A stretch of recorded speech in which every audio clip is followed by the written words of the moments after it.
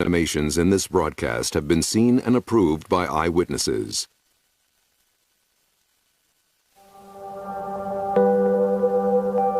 Do you believe in flying saucers? It's coming this way. It is definitely coming this way. There is no doubt about it. This is weird. There's other life out there, and there's also intelligent life. That doesn't mean it's easy to find. It's quite natural to wonder about our place in the universe. To suggest that we're alone is inexcusably egocentric. The federal government knows fully well what is taking place with regard to the UFO phenomenon. They're not sharing that with the American people. I believe that the object that I saw was extraterrestrial. These objects would hover, they would dart very quickly one way or the other. I'd never seen anything like that. Haven't since then. If even one of these sightings is correct, is perhaps the greatest event in all of human history. Flying saucers? I don't know whether to believe it or not.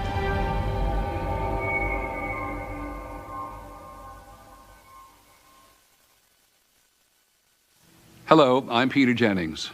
We begin this program knowing from the research that most of us believe that we're not alone, that there is other intelligent life in the universe. NASA is searching for evidence of life in our solar system. Recently, NASA and the European Space Agency landed a probe on Titan, one of Saturn's moons, looking for signs of life. The scientists at NASA would be happy to find a fossil, a microbe, anything to prove that life out there exists in some form. But tonight, there are millions of people here on Earth who believe that intelligent life from outer space is visiting us. And they believe that they have seen the evidence. It was so shiny, it looked like someone was shining a very bright light on a piece of aluminum. The craft is disc-shaped, probably bigger than a 747. And it arced over the top of our car. Then there was a third object even behind the first two. So it came across and just stopped. It went back the direction it came from. This light went like this. That forever gave me the view that something other than us was out in the world. There's no doubt that we're being visited. There is no doubt. They are definitely here. Why they're here, where they're from, you can only speculate.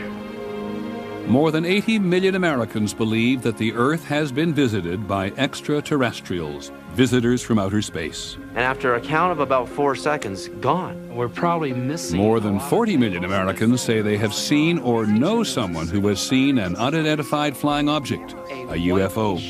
Object. I have seen alien vehicles on 8 occasions since then. And many Americans believe that they themselves have been abducted by aliens. I find myself floating from my bed. 4 of these beings came into my house, came in and got me. I know what I saw. I know what I experienced is real. I know it because everybody else has seen it, talked about it, and discussed it. So I know for a fact it's real. I know for a fact it's real.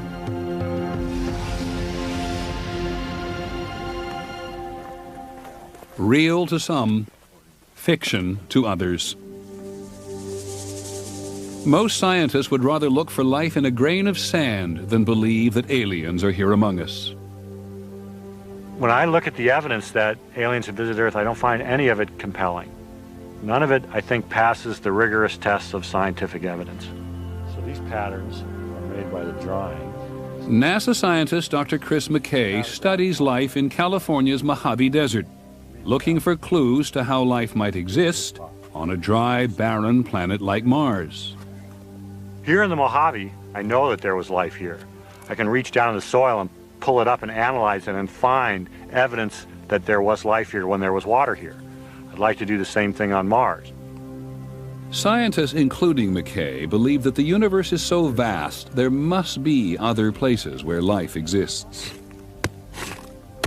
If you look at all the people interested in life beyond Earth, there's scientists and UFO searchers. What we all have in common is a belief that there's life out there. We really have that commonality. The difference is how we approach what to do with that belief. What I do with that belief is approach the problem scientifically. So I don't disparage or ridicule the UFO phenomenon. I see it as, in a sense, a shadow of the same kind of work I do. The UFO phenomenon, only a shadow of mainstream science. But people throughout the world believe that unidentified flying objects are spacecraft guided by intelligent beings from beyond the Earth. I have no idea. I flashed the light at it. And if you are among the believers, you have probably spent at least a few late nights listening to the program broadcast from this desert compound. Coast to Coast with Art Bell is the place to talk about UFOs, or ufology, as many of his listeners call it. West of the Rockies, you're on the air. Hi. Hey, Art. This is Matt in Colorado. Hey, Matt. Hey, got a sighting for you that happened last summer. Oh? He was huge, a cigar shape. The common cause of ufology is to finally determine what in the hell is flying in our skies. It hurt your eyes, so I turned away. When I looked back, it's gone. I think that Coast to Coast AM is the main conduit for ufology information. And over my phone lines have come the most informed ufologists, the best scientists, and some of the craziest people you'll ever meet. And was moving very slowly with the cloud cover. It definitely overflew New York City. And I never heard about a triangular UFO until I looked it up and I found that you had seen one. Yep. And Coast to Coast began as actually a political show, kind of like everybody else's political show that radio is infested with. And one day I got sick of doing the same damn thing over and over again, same politics over and over. And I began to sort of inject a little, well, a different kind of programming, you know, aliens and... 3 points of light. The weird thing about them was... Coast to Coast became the fourth most popular program on American radio. It was really weird. Like they were doing a dance? Yeah, exactly. And they went over the rooftop. I think we're fascinated with the whole concept of alien intelligence because it would be so strange if we were all alone. Imagine for a moment how it would feel if we were all alone, if there was no other life, intelligent life, anywhere in all that you see out there.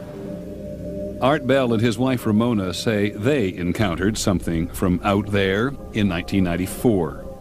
We were on the way home from Las Vegas, about a half mile from where we're standing at the moment. I just happened to look out the rear view mirror and just saw something coming up from behind us. And it looked like it wasn't normal. And I kept saying, what the hell is that? And this thing floated above our heads, doing about 30 miles an hour. That's a good word, float. Yeah. Floated, yeah, it floated. Or had to have been defying gravity, or it was a lighter than aircraft. I don't know. But it was triangular, it was monstrous. The moon and the stars went away, and there it was above us. And we stood and watched it go across the valley and head toward the mountains.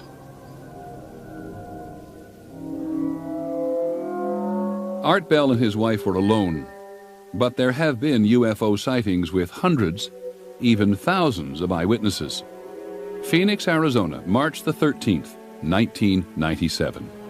There were some incredible sightings over Phoenix called the Phoenix Lights, and they occurred while I was doing my program. I took call after call after call of people in Phoenix saying, "Oh my God, what's flying over our city?"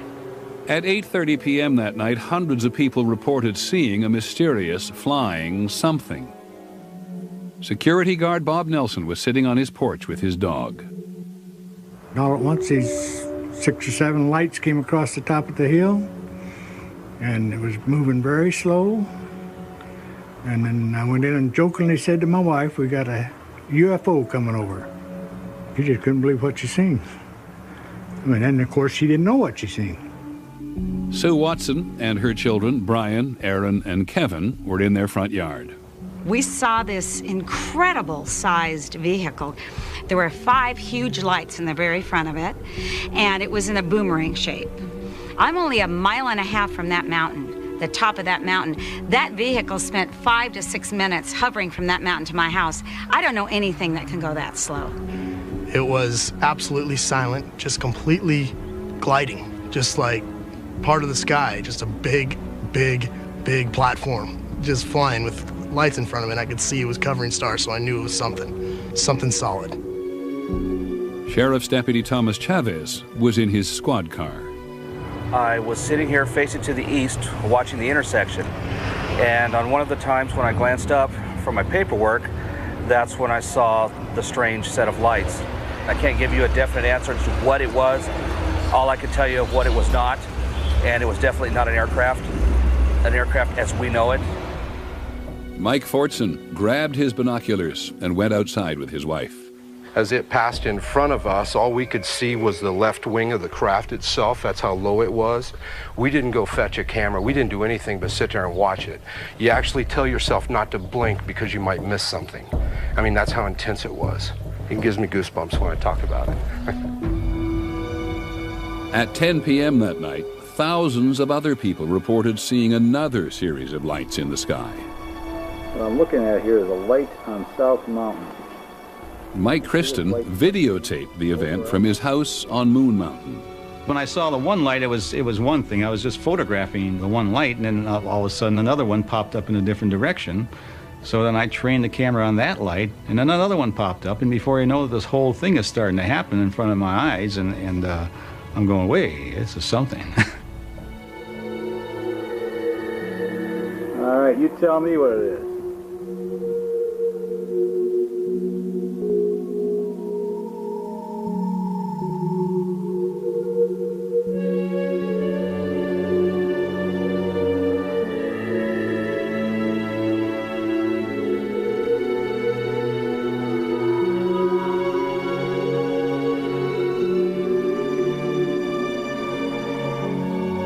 Hey, Sue?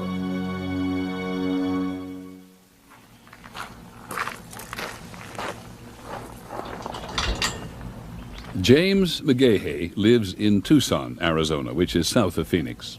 He's a retired Air Force pilot and an astronomer.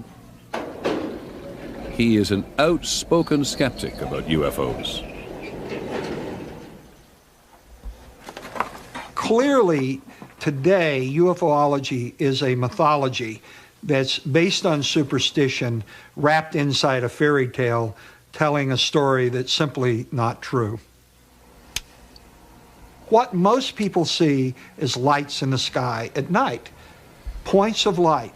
They equate that to spacecraft from another world. There's no connection. If you see a light in the sky, you've seen a light in the sky. That's all you've seen.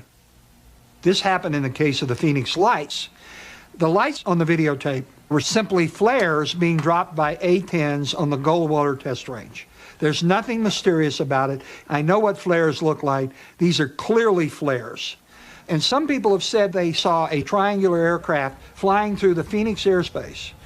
The argument against that is very simple. The Phoenix radar didn't see anything.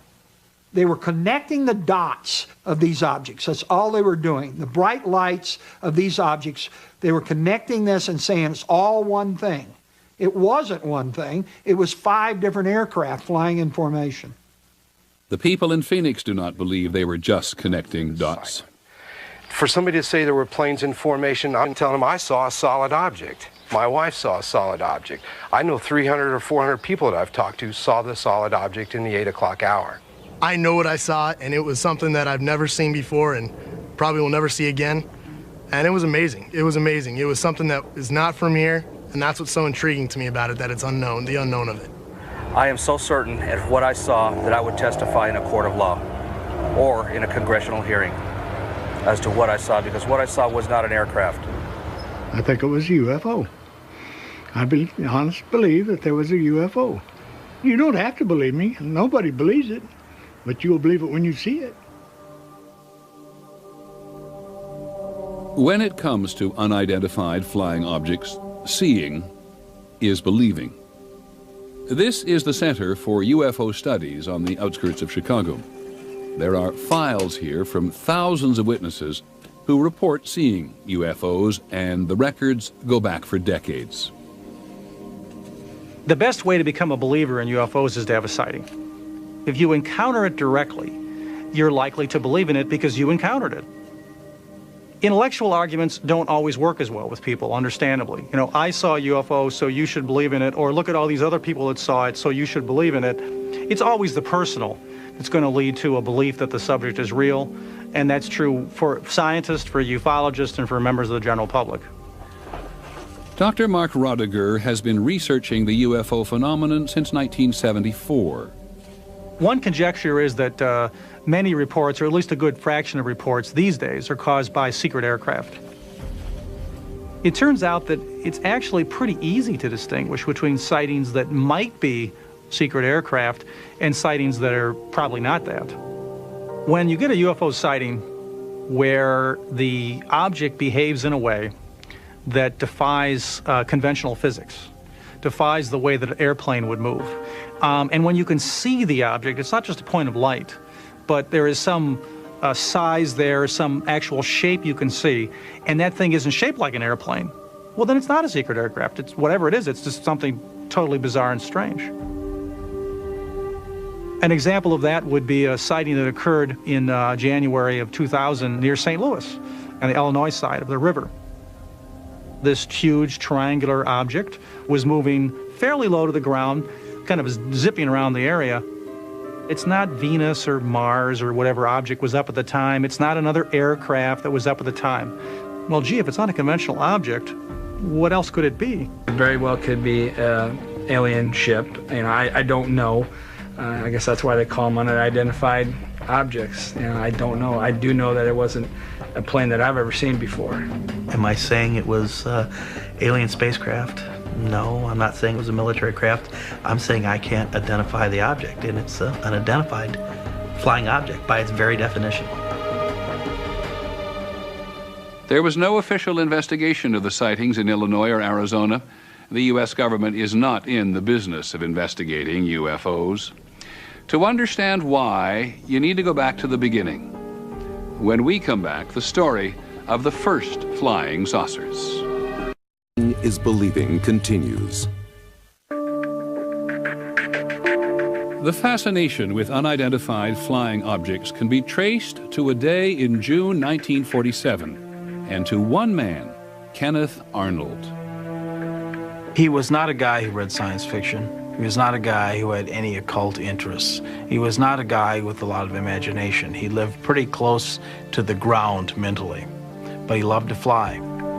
And so on the Tuesday afternoon of June 24th, 1947, when he saw these 9 dish-shaped objects flying at some considerable speed over Mount Rainier, he thought that he was witnessing a secret military experiment. Every newspaper across the nation has made headlines out of it, and this afternoon we are honored indeed to have here in our studio Kenneth Arnold, who we believe may be able to give us a first-hand account and give you the same on what happened. Go ahead, Kenneth. They looked something like a pie plate that was cut in half with a sort of a convex triangle in the rear. I'd be glad to confirm it with my hands on a Bible because I did see it. It's just as much a mystery to me as it is to everyone else who's been calling me the last 24 hours wondering what it was. The press referred to the 9 objects Arnold said he saw as flying saucers. Arnold was such a straight shooter. He was so clearly puzzled. There was no possibility that this guy was making up a strange story. Arnold's sighting just seemed to catalyze everything. All of a sudden, there was this presence of something unidentified in the sky that couldn't be ignored. And in the next 2 or 3 weeks, there were many hundreds of sightings.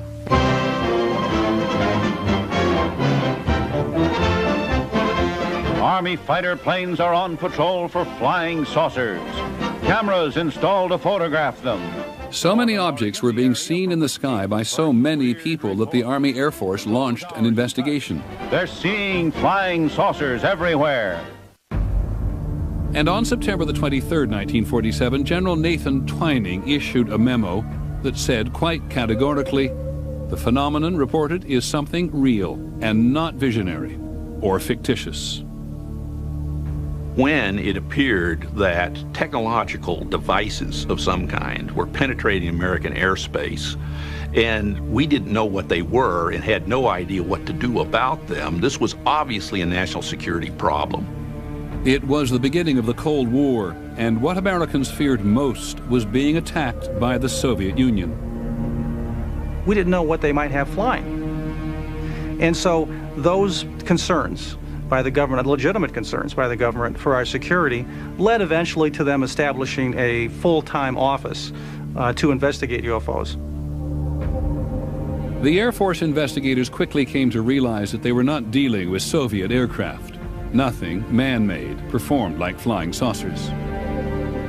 They started thinking, well, if the Soviets aren't doing this, there's really no thing on Earth that can be doing this. And then on July the 24th, 1948, two experienced commercial pilots, Clarence Childs and John Whitehead, were flying at night over Alabama when they encountered what they described as a cigar-shaped object, perhaps 100 feet long, flying faster than any aircraft they had ever seen. It had, they said, 2 rows of windows, and they could see lights inside, and orange-red flames shooting out of the tail. Air Force investigators couldn't explain it. It could not possibly fly unless it had an engine in it that was beyond anything anybody on Earth could make. And this, in a sense, was their proof that they were dealing with the extraterrestrial technology. The Air Force investigators trusted the testimony of these experienced pilots and were forced to consider the incredible. Since 1948, there have been thousands of sightings by commercial and military flight crews. March the 12th, 1977. I was flying a trip from San Francisco to Boston, non-stop in a DC-10. It was an Airbus 320, and we had 24 passengers on board with very good condition. We were at 39,000 feet. We were just north of Dallas-Fort Worth. It was a beautiful, clear night. Out of nowhere, some lights appeared. Looking over to the left of me, just to the north of me, I noticed a red light of some kind to the far, the distance off our port side, our right side. And Larry says, well, keep an eye on it. He says, well, now it's coming at us. And they began a turn from pointing directly at us in an echelon sort of a turn away. It was not a plane, it was not a weather balloon. It was huge, absolutely huge. It was dark red color. And so this object began to become transparent and it disappeared. It was absolutely crazy. Crazy. It just was gliding through the sky so quietly, and as it did so, it blotted out the stars behind it. And it just reminded me of a submarine in the depths when it's quiet and just kind of motoring right on through, you know. There were no wings, there were no windows, and it was cigar-shaped. I saw what I saw, and this thing was not from here. I watched this big, gigantic light go out behind our left wingtip, and then as the turn progressed, it disappeared in the distance off to the back at a very high rate of speed. I've flown all the jets. I flew in the war. I flew B-17s in the war. Everything. I've got over 30,000 hours of flight time and never had a sighting as that one. So it was once in a lifetime. In the fall of 1948, Air Force investigators were convinced by the testimony of pilots. In a remarkable top-secret report to General Hoyt Vandenberg, the Air Force's Chief of Staff, the investigators said the Earth was being visited by alien spaceships. They took it so seriously that they risked their own careers by writing an estimate of the situation that they sent on to higher headquarters and said that UFOs, some of these UFOs could be extraterrestrial, which of course was not received well by the Pentagon. Hoyt Vandenberg looked at this thing and he said, I cannot accept this. I cannot accept this kind of conclusion because you don't have concrete proof that that's what kind of a device we're dealing with. The eyewitness accounts from experienced pilots were not enough for the general. The Air Force wanted the flying saucer phenomena to go away, but the popular fascination with mysterious flying objects was growing.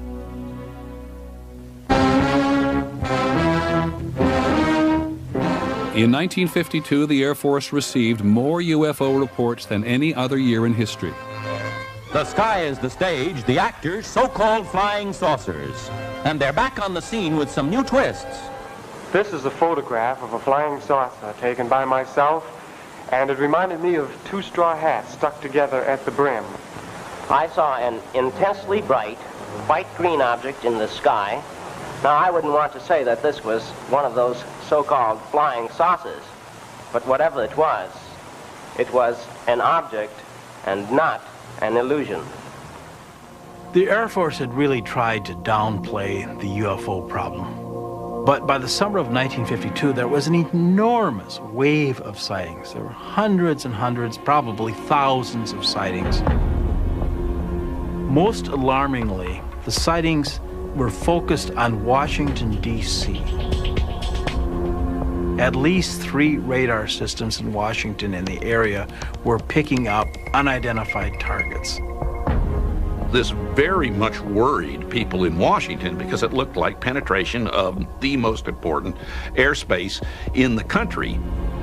In July 1952, the Pentagon's communication system was overwhelmed by calls about UFOs. The number of calls of frightened Americans, hysterical Americans coming into the switchboards of the American government were clogging communication channels. And if American communication channels were clogged, then this would leave America vulnerable to a potential Soviet attack. So the task is calm the Fuhrer, end the hysteria. It was public hysteria, not the flying saucers themselves, that threatened the national security. President Truman ordered the CIA to make recommendations on how the Air Force should handle the UFO problem. The CIA convened a panel headed by the physicist H.P. Robertson. The Robertson panel says we must do something to remove the aura of mystery from the UFO phenomena so that people no longer take them seriously and don't bother to report them. That's what we want. So flying saucers, whatever they were, wherever they came from, were to be made the subject of ridicule. But it was impossible to control the public interest. The public was fascinated. One of the most widely read magazine articles at the time proclaimed, "The flying saucers are real." One of the most respected publications in America, Life magazine, published photographs. Just a minute, ladies and gentlemen, I think something is happening. And then came the movies. The day the Earth stood still. This could be the beginning of the end for the human race. The War of the Worlds. The meteors or the often ridiculed flying saucers are in reality the flaming vanguard of the invasion from Mars. Flying saucers have invaded our planet. Washington, London, Paris. Earth versus the flying saucers. The whole world is under attack. Can it survive? The government simply could not control the public's appetite for a phenomenon so intriguing. They're pulling us up. When we come back, the Air Force tries to explain the unexplainable. Prisoners hurtling through endless space. Today, if you ask the Air Force about UFOs, it will tell you there is no evidence that they are extraterrestrial vehicles, and there is no evidence that they represent technology beyond our own. The Air Force will cite as proof its own 22-year study called Project Blue Book. During the 1950s and 60s, Project Blue Book, based at Wright-Patterson Air Force Base in Ohio, investigated hundreds of UFO reports every year. They came from every part of the country, from people in every walk of life. Night sightings, day sightings, sightings of mysterious lights, structured craft. The reports came to Blue Book seeking answers to what it was in America's skies. Blue Book was overwhelmed by the volume of reports. Americans were told again and again, we have a crack unit of individuals, scientifically trained people studying this phenomenon. That wasn't the case. There wasn't a massive institute where Blue Book had a staff of white-coated lab technicians. There was a guy at a desk and a secretary and a private or someone there, typing stuff. It was a very, very small project. Colonel Robert Friend was the director of Project Blue Book from 1958 to 1963. We wanted to explain as many sightings as possible, but we recognized that the amount of resources that would have been necessary in order to do this would have been far beyond those that we were ready to commit at the time. Blue Book was never intended to become a serious, full-scale scientific inquiry. The Air Force had another mission for its UFO office. Blue Book was tasked with a public relations mission, and that mission was denounce the UFOs, dismiss the UFOs, debunk the UFOs, and anybody who believes in them. Just come up with answers and get this UFO thing out of the newspapers. The best way to keep UFOs out of the newspapers and therefore out of the public mind was to say repeatedly that they were nothing more than weather balloons or rare atmospheric conditions, a star on the horizon, whatever it took. What they wanted to try to do was, I think, to re-educate the public regarding UFOs, to take away the aura of mystery. And that job was most often left to Blue Book's one civilian scientist, Ohio State astronomer Dr. J. Allen Hynek. To this time, there is no proof that I would consider valid scientific proof that we have been visited by spaceships. There was not one sound. I listened. There was not a sound. Between 1948 and 1969, Dr. Hynek was Project Blue Book's lead scientific investigator on thousands of cases. His job was to stretch his imagination to try to find explanations for every possible case he could, even if he knew it didn't make any sense. Don't you think it would be kind of unusual for a meteor to just fall across the road and hover over there a minute and then drop to the ground? The coming over wouldn't be bad. The hovering that would bother me. The longer he was in, the more cases he saw, the more he realized that he couldn't explain the cases, and there was a genuine mystery involved here.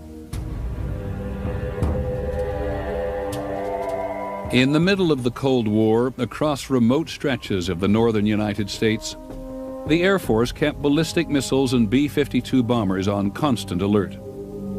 On the night of October the 24th, 1968, at Minot Air Force Base in Minot, North Dakota, Airman First Class Mike O'Connor was dispatched to make a routine repair at one of the missile sites. We made our turn to come down the road to the missile site, and out of the corner of my eye, I observed what I thought was a farmer's yard light, but it looked awful bright. And as we proceeded down the road, the object appeared to lift off the ground and parallel us down the road until we came to the missile site, at which point we got out of the truck and it just kind of hovered there. Staff Sergeant Bill Smith was in charge of security for 10 nuclear missiles. That night, he reported seeing strange objects.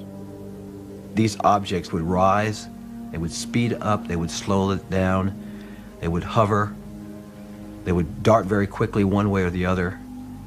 We were just not really sure that these were things that we could explain. The Minot control tower diverted a B-52 to investigate.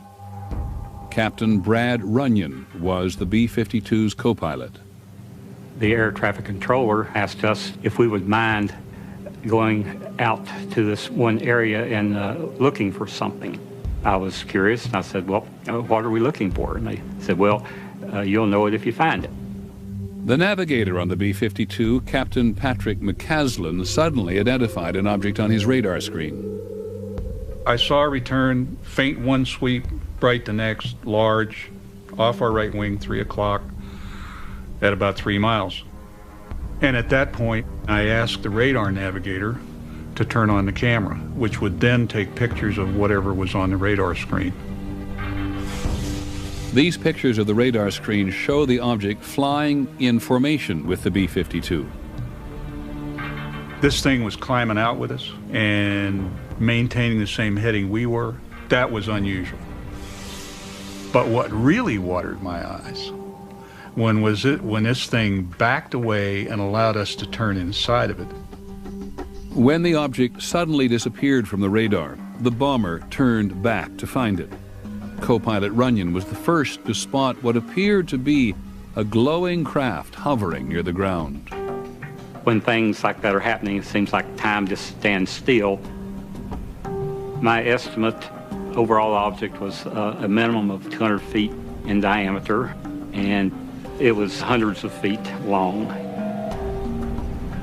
It had a metallic cylinder attached to another section that was shaped like a crescent moon. I felt that this crescent moon part was probably the command center. I tried to look inside the thing, but all I could see was a yellow glow. At that point, I was fairly sure that I was looking at an alien spaceship, something that had come here from some other planet other than Earth. Co-pilot Runyon and the other crew members of the B-52 reported their sighting when they returned to the base. According to Blue Book's investigation, the crew of the B-52 and 16 witnesses on the ground said they saw a UFO that night. In its final report, Blue Book concluded that they were all seeing stars. None of those pilots saw a star. I know those pilots. I know what their training was. I know how many stars they'd seen in the course of their careers, and they were not looking at a star. It bothers me that Blue Book blew it off. I don't think this incident has ever been adequately explained. The Air Force finally got out of the business of trying to explain UFOs in 1969. It closed down Project Blue Book after an independent commission concluded that UFOs were of no scientific interest. There was one loud dissenting voice: Blue Book's once skeptical chief scientist, Alan Hynek.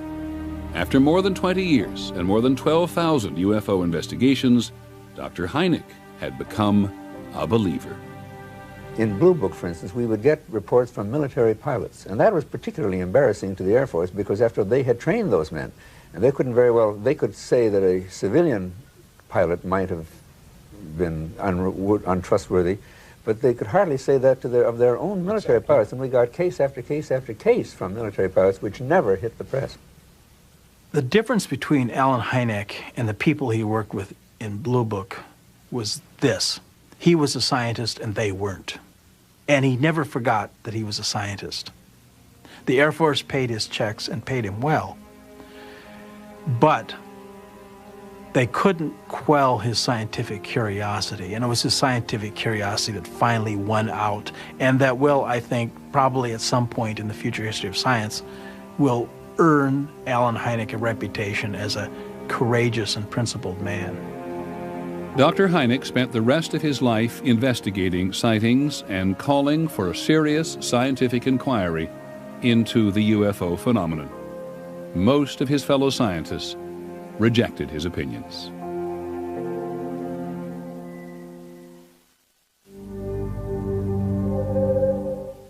UFOs, seeing is believing, continues. Dr. Alan Hynek failed to interest the scientific community in UFOs. At issue was the nature of the evidence. Ufologists argued that the sheer volume of eyewitness sightings is proof that something extraordinary is happening. But mainstream scientists categorically reject eyewitness testimony. I don't care how many people say they've seen something.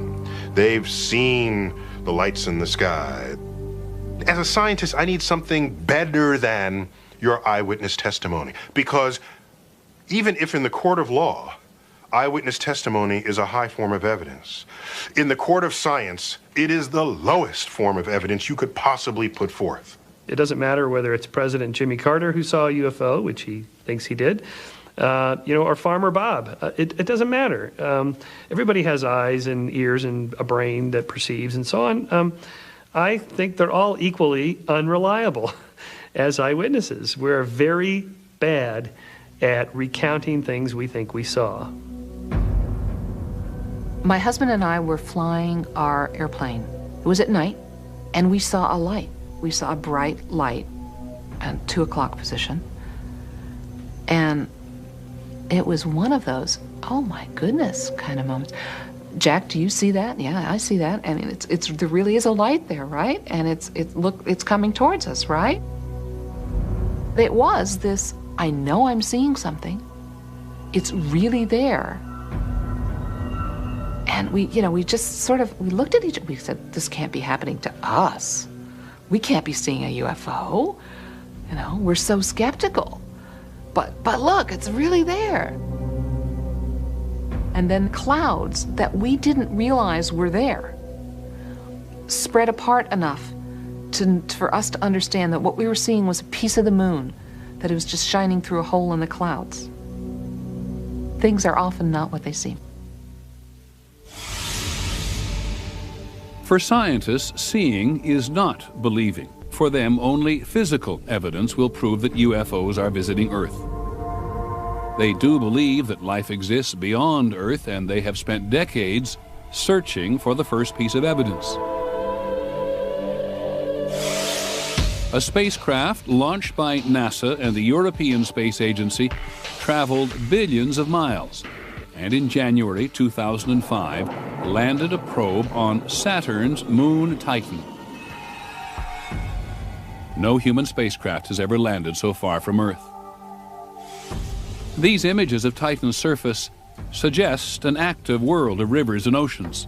Scientists believe that where there is liquid, there may be life. If we look for life in our backyard, our cosmic backyard, if we look there and find life, imagine what that tells us. That some other random place that happens to be a nearby planet has life just the way we do. Then there's no telling how rich the entire universe is with life. There is still no evidence that the universe is rich with life, but mainstream scientists think there has got to be life. There's more than 100 billion stars in our Milky Way galaxy alone. And there's more than 50 or 100 billion galaxies in the universe. You multiply these two numbers, that's a 1 with 21 zeros worth of stars in the cosmos. To suggest that we're alone is inexcusably egocentric. Somewhere among the billions of stars in our galaxy, or in the billions of other galaxies in the universe, scientists believe there must be other planets, just like Earth, where life exists. What created Earth and man must have created life somewhere else, they say, in the vastness of space. Somewhere, there must be another developed civilization trying to reach us. Dr. Frank Drake has been listening for 45 years. In 1960, in Green Bank, West Virginia, Dr. Drake first pointed a radio telescope at a nearby star to listen for a signal. We just had this feeling that something very important was starting, that this was a new road that human beings were taking that was going to lead to very wonderful places and very wonderful things for our civilization. Dr. Drake's experiment marked the beginning of a project called SETI, the Search for Extraterrestrial Intelligence. Dr. Seth Shostak is an astronomer who works with Drake at the SETI Institute. We've been broadcasting our existence to the universe for the last 50 or 60 years, and we've been doing that with our high-powered radio and television transmissions. Every day, those signals just go right on out into space. That's how we're broadcasting into space, and we kind of turn that idea around when we try and find the extraterrestrials by trying to find their broadcasts. Dr. Drake remembers the day of his first search in April 1960. For all we knew, every star in the sky had a radio transmitting civilization. We might succeed the first day. We even had a tape recorder connected to the radio receiver so that we could tape record any voices we might hear from the other worlds. And so we pointed at the first star, and when it finally set in the west, we moved over and pointed the telescope at the second star. And we heard on a loudspeaker a signal like we'd never heard before with a radio telescope. And it was a lot like a lot of people said we might detect, a series of pulses. It sounded like choo, choo, choo, choo, choo, choo, choo, choo, choo, choo, choo, choo, choo. All our hearts were pounding. You think this may be one of the greatest moments in history unfolding right here before us. The signal turned out to be nothing more than sound from a passing plane. When you detect such a signal, and it truly looks to be extraterrestrial, it's a very special emotion. I'd like to feel it again. After more than 4 decades, Dr. Drake has yet to hear an alien signal. Dr. Jill Tarter is another astronomer working at SETI. The chances of success in SETI are difficult to estimate. But if we never search, the chance is 0. So I think what we ought to do is search. Seth, you can see the telescope. Oh yeah. The two shiny. Yep. I see them. At Hat Creek in Northern California, SETI is building an array of telescopes that will search for signs of extraterrestrial intelligence on a scale never before attempted. The project is named after its largest donor, the co-founder of Microsoft, Paul Allen. All right, let's go. This observatory is sited in a very quiet pastoral valley, mostly cows and a few people. It's going to change a whole lot when we put 350 telescopes in here, and it's going to change even more if indeed those telescopes detect a signal from someone else's technology. Of course, we don't know how many civilizations out there might be broadcasting signals that we could pick up. The faster that you can go through all that heavenly real estate, the sooner you're going to find a signal.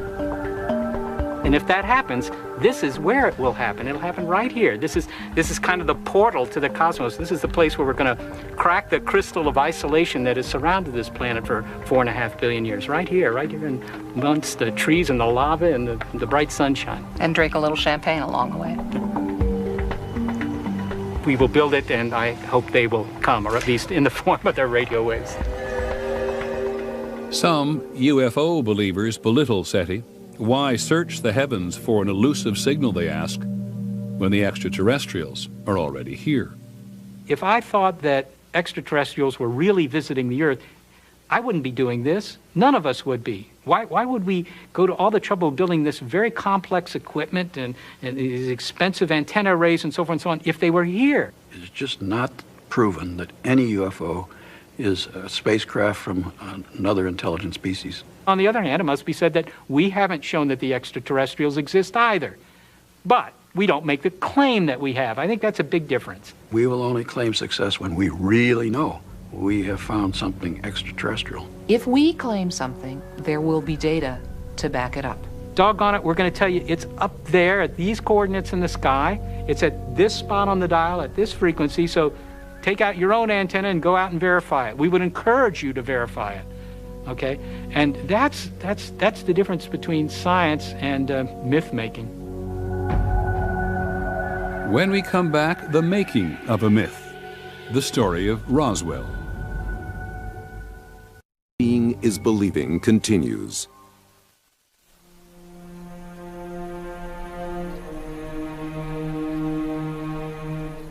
For many of those who believe that the Earth has been visited by extraterrestrial spacecraft, this remote New Mexico ranch is hallowed ground. The story goes that it was here in the summer of 1947 that one of the greatest discoveries in human history was made. The holy grail of ufology, concrete evidence proving the existence of alien life. Major Jesse Marcel, the intelligence officer at the Army Air Base in Roswell, receives a telephone call. The call is to go to the ranch of Mac Brazel and investigate some material that Brazel has found on his land. Marcel goes to the ranch and brings back a load of debris. And this stuff was extraordinary. Jesse Marcel was absolutely convinced what he found was extraterrestrial. that the debris was nothing of this earth. Marcel loaded up his car with the strange wreckage and drove the 75 miles to Roswell. He stopped at his home to show his wife and 11-year-old son Jesse Jr. what he had found. Woke my mother and myself up saying, I want you to look at this. I mean, I can remember it just like it happened yesterday, the type of material that was there.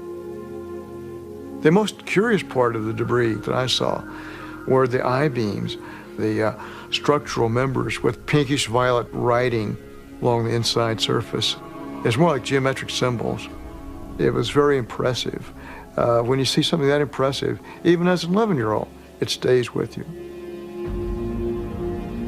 Jesse Marcel Sr. took the debris to the Army Air Force Base at Roswell early in the morning of July the 8th. And by noon, the base commander, Colonel William Blanchard, authorized a press release proclaiming that what Marcel had found was the remains of a flying saucer. Headline edition, July 8, 1947.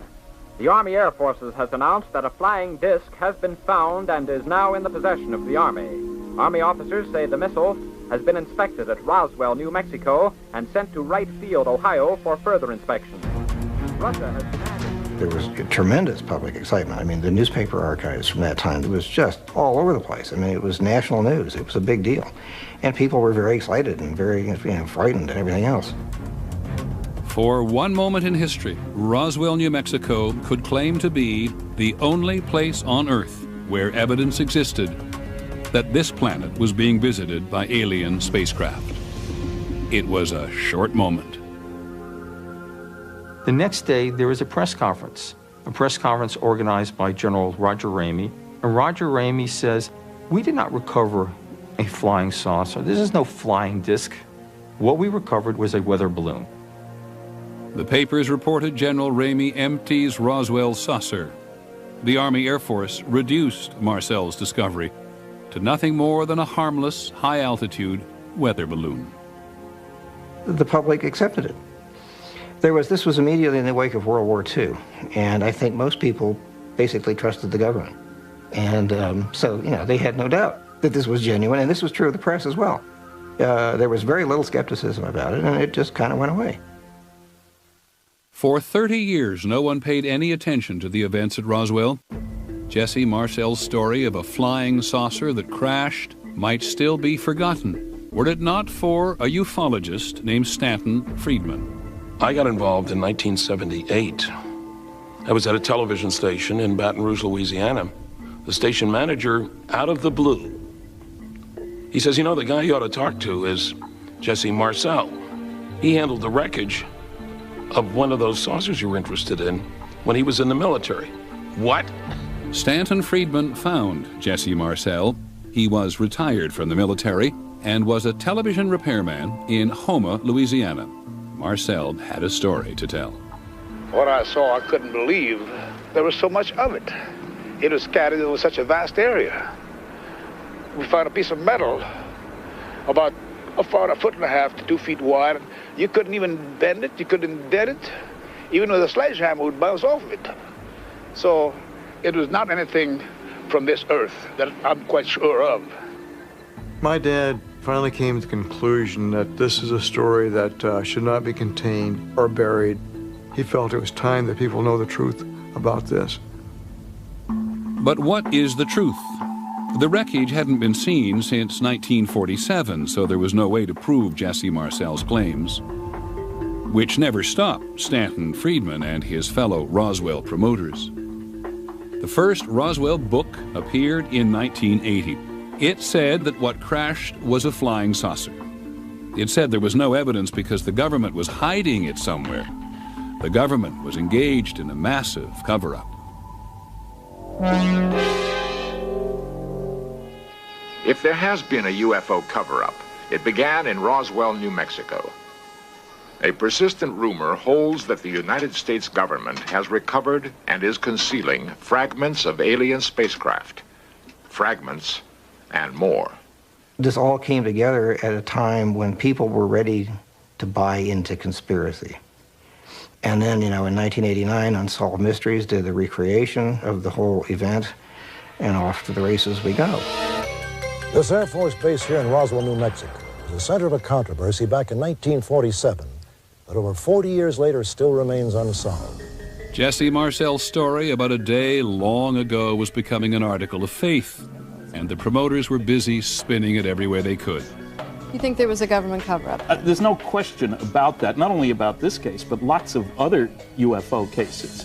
After investigating for their new book, Kevin Randall and Don Schmidt are convinced it was a military cover-up. A parade of new witnesses came out of the woodwork to share the limelight with tales of secret government activity and alien bodies found in the wreckage. The small nose, eyes like this. About how tall? About 5'3", 5'4", somewhere the tallest, I think. Are you saying that extraterrestrials were found in Roswell? Yes. Dead? Dead extraterrestrials were found, no question about it. This is an incredible story. Aliens, the federal government, intimidation, we have a bestseller on our hands. The people who are promoting Roswell realize that there is a gold rush to Roswell. There is money to be made. But your book is only going to sell if your charges are more grandiose, more exaggerated, more powerful. So you have this ladder of escalation of sensationalism. In 1995, Fox Television broadcast what they promoted as recently discovered film of an alien autopsy performed at Roswell. It was seen by more than 20 million viewers. All right, I want to show you something. And then came the X-Files. This is a photo of a UFO that reportedly crashed in Roswell, New Mexico in 1947. Jesse Marcel's unproven story was now primetime mythology. In Roswell, they captured aliens from the spacecraft wreckage.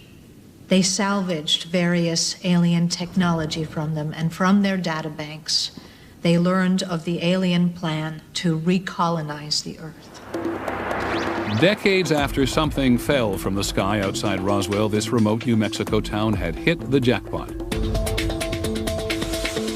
It didn't matter that there wasn't a shred of evidence to support the claim that a flying saucer crashed here. It didn't matter that there were no credible witnesses to alien bodies. On the 50th anniversary of the alleged crash, 65% of Americans told a Time magazine CNN poll that they believed the story. The myth, that is. The crowds come to celebrate the place where the truth about flying saucers and alien life was revealed. As for the strange debris itself... Good afternoon, ladies and gentlemen.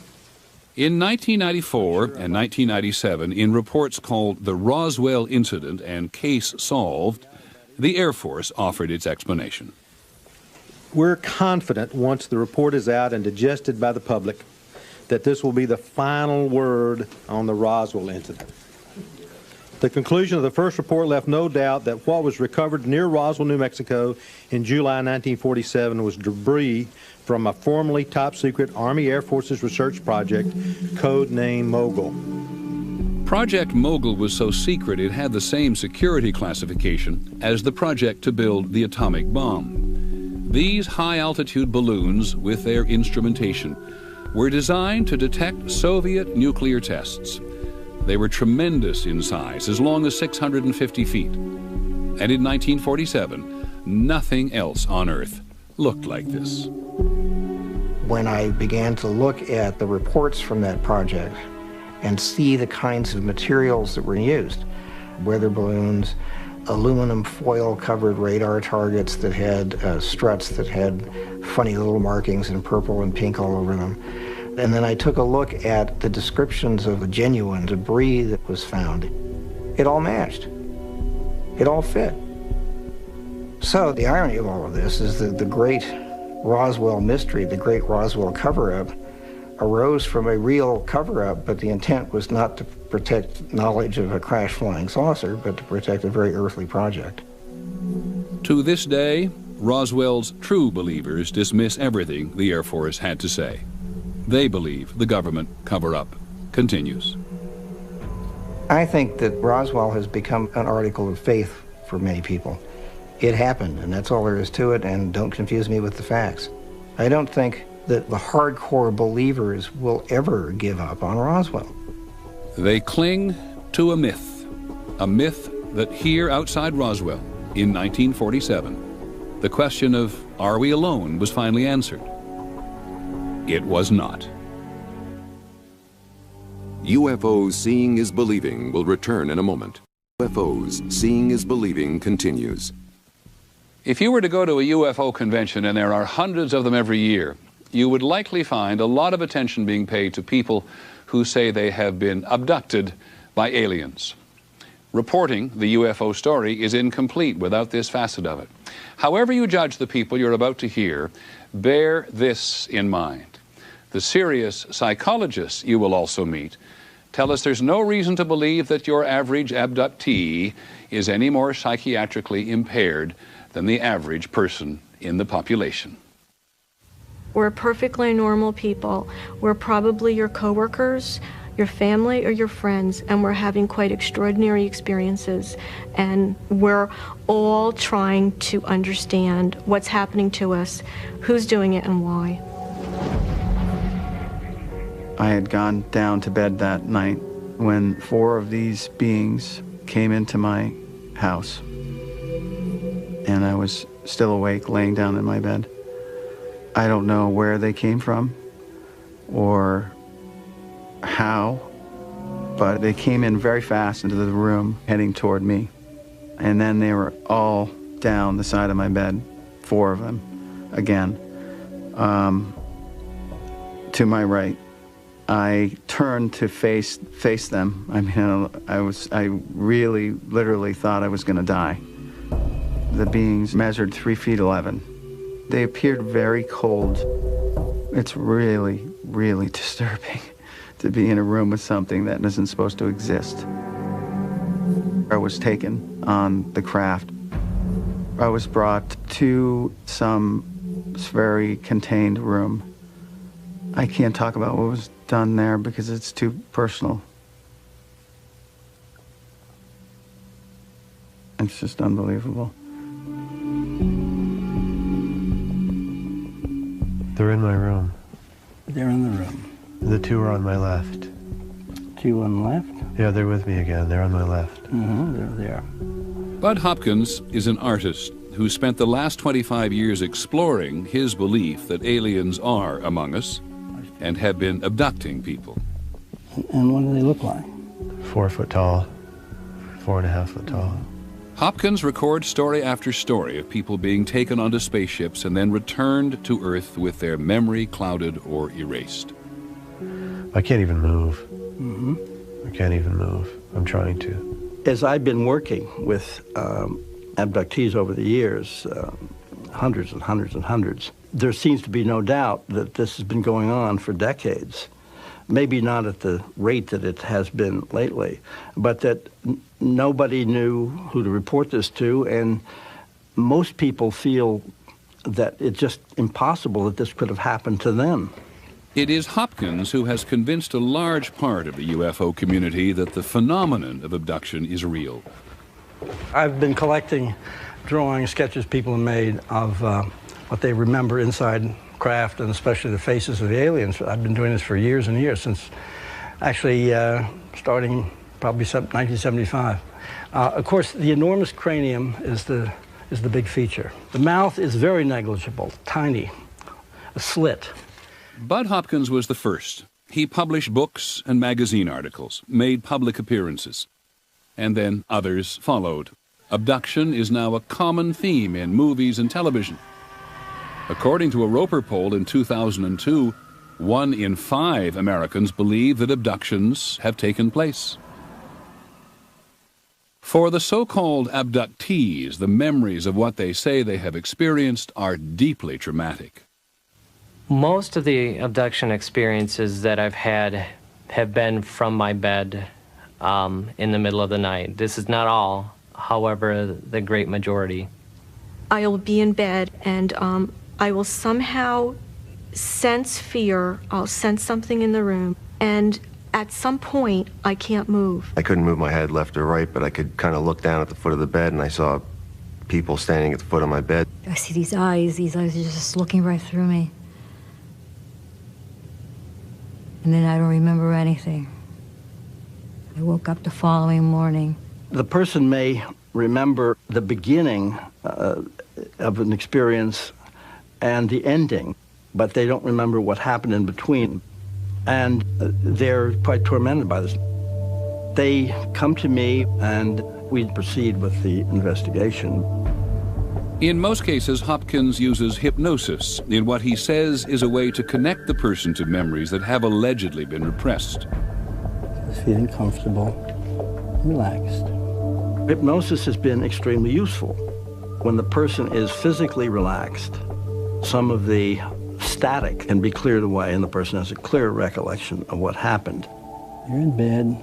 1, this is a long time ago. We're just going to see what it was. 2, right on the edge. 3. He's looking at me very closely. I'm saying he, but I don't know. It feels like a he.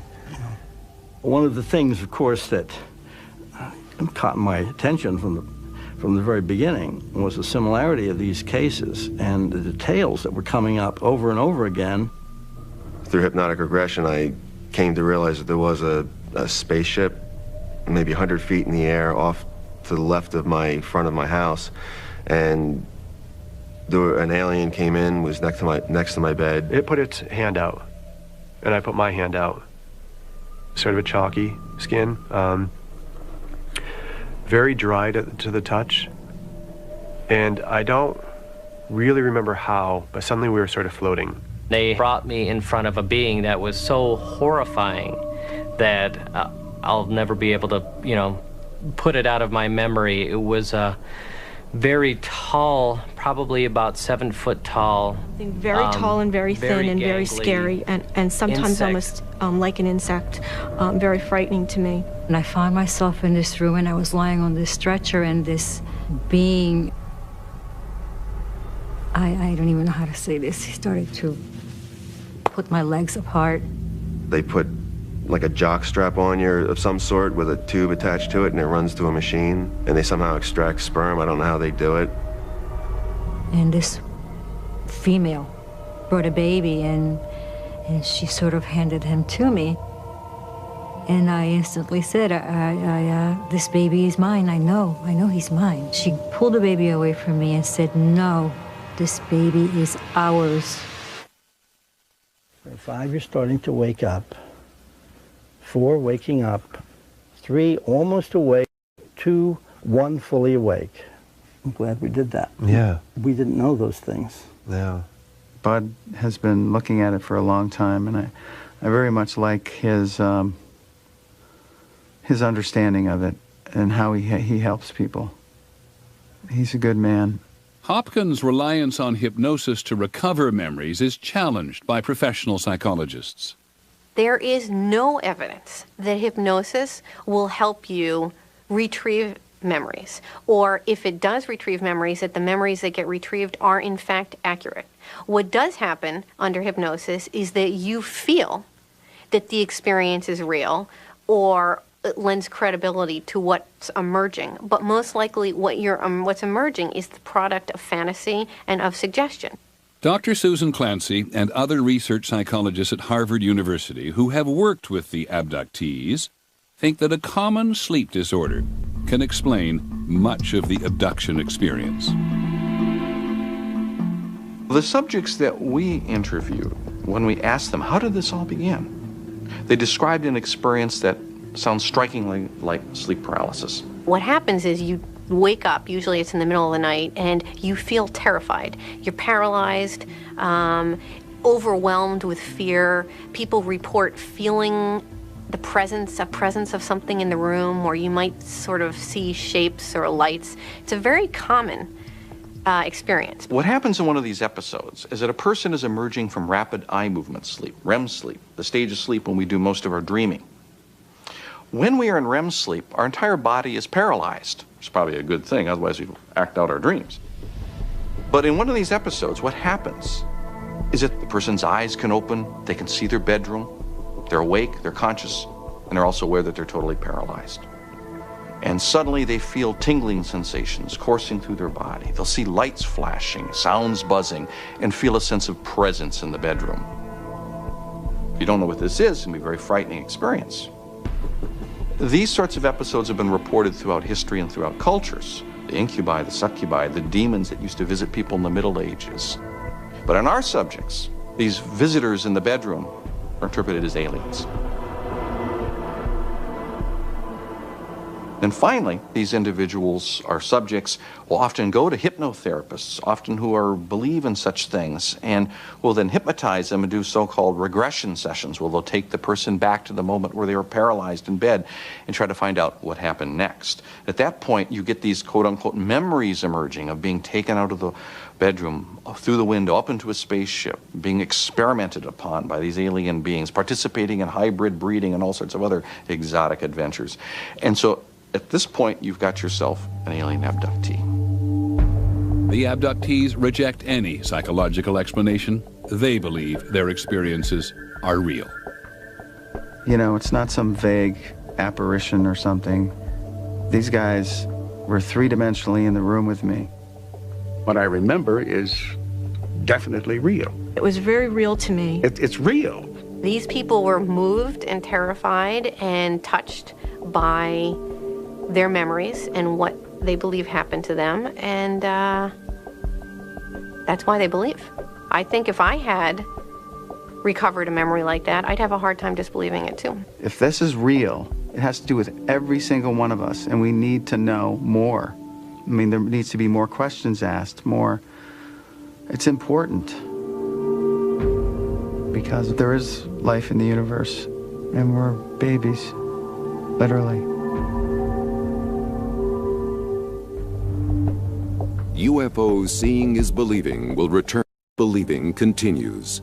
Once again, Peter Jennings. Did you ever wonder what a civilization older than ours would look like, say 1,000,000 years older than ours? The American astronomer Carl Sagan often wondered, and we wonder too, because with all this talk of aliens visiting us, they must have some extraordinary means of travel. Earth may be the cradle of mankind, but we haven't got very far beyond the cradle. Our technology just isn't up to it. The difficulty of going from star to star or of an alien spacecraft reaching here is simply not to be underestimated. Space travel is not just like the movies.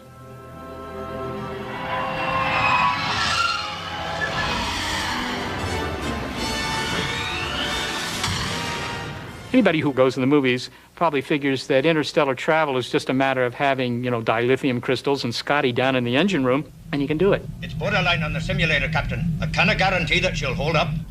Warp drive, Mr. Scott. I don't mean to say that it's impossible to do it. I mean, it doesn't violate the laws of physics to go from one star system to another, but one shouldn't underestimate the difficulty of doing it simply because we see it done every night on television. To seek out new life and new civilizations. To boldly go where no one has gone before. It's more than just a technological problem. It's more than just building a better rocket. The distances are so vast. The energy requirements are so extreme, it would be very, very difficult to travel between the stars.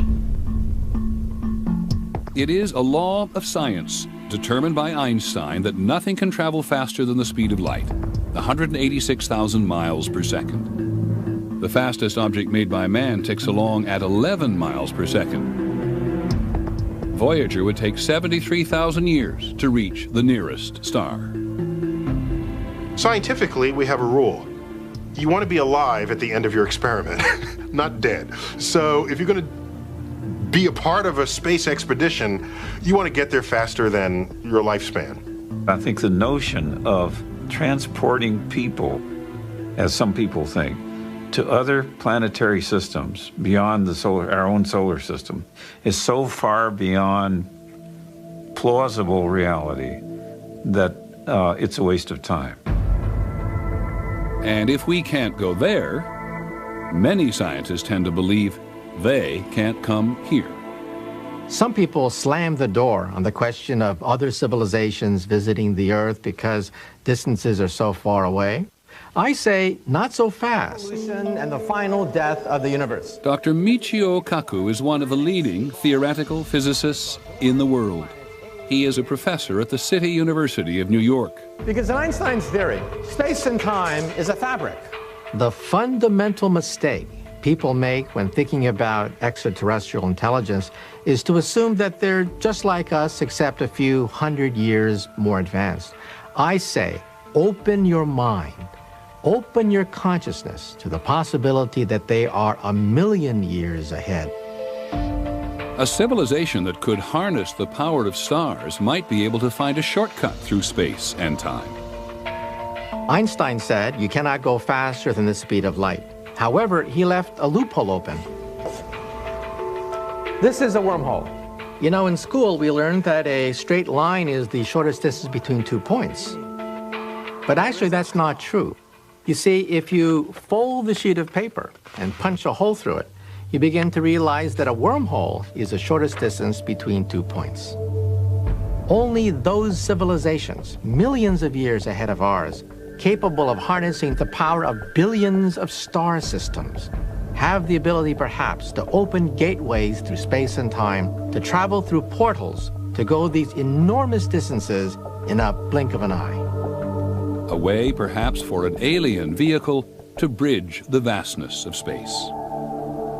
You simply cannot dismiss the possibility that some of these UFO sightings are actually sightings from some object created by an advanced civilization. A civilization far out in space, a civilization perhaps millions of years ahead of us in technology. You simply cannot discount that possibility. I have no idea where it was from. I just know that it was one unidentified, and it was certainly flying. It was a UFO, for sure. My God, what did we just see? But we saw it, and when you see something of that sort, your life is never, ever the same. I mean, it is like it just happened yesterday. I believe that the object that I saw was extraterrestrial. You can't even sleep because you're thinking, what in the world was it? What was it? And where it came from, when it came from, we do not know. I wish we did. When you look at this handful of cases that cannot be easily dismissed, this is worthy of scientific investigation. Maybe there's nothing there. However, on that off chance that there is something there, that could literally change the course of human history. So I say, let this investigation begin. Peter Jennings reporting, UFOs Seeing is Believing will return in a moment. Seeing is Believing continues. We have often wondered in the course of reporting on UFOs what we would do if we thought we saw one, who we'd share it with. Most people want to tell someone. Today, if you call the local Air Force Base or even the Federal Aviation Administration, they will tell you they don't investigate UFOs. But they may tell you to contact the National UFO Reporting Center. The center is in Seattle, Washington. It is a clearinghouse for thousands of eyewitness reports that come in every year.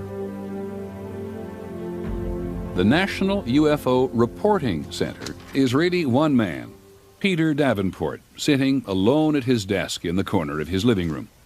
Davenport is the only person we met who devotes himself full-time to collecting reports and investigating UFO sightings. This is the heart of the National UFO Reporting Center. A telephone, my trusty tape recorder, spare tape recorder if I need it, reference materials with regard to aircraft, and a website. That is UFO Central, if you will, to coin a term.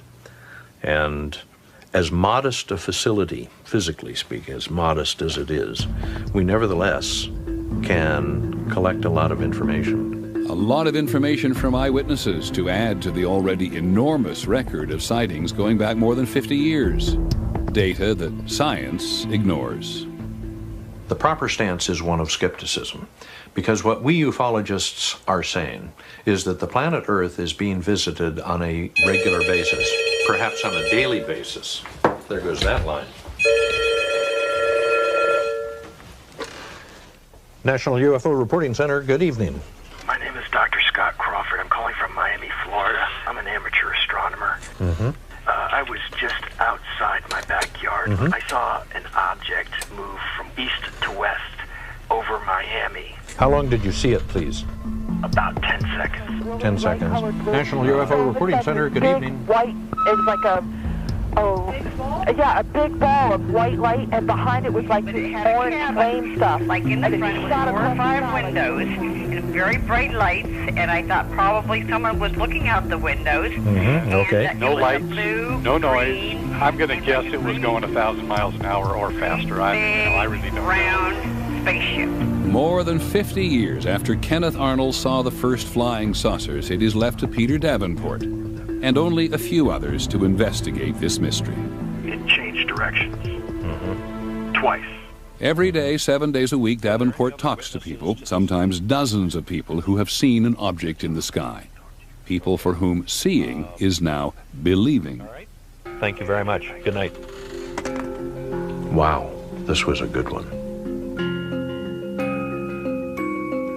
We're still hoping to find that golden nugget that will make our position incontrovertible, namely the fact that it appears that these things that we call UFOs are visiting the planet Earth. The golden nugget of ufology, something to elevate ufology to more than a shadow of mainstream science, to convince the skeptics that UFOs are more than just lights in the sky. Ultimately, the UFO believers and the scientists have one thing in common. They dream of the day that there will be contact with extraterrestrials. Ultimately, only contact.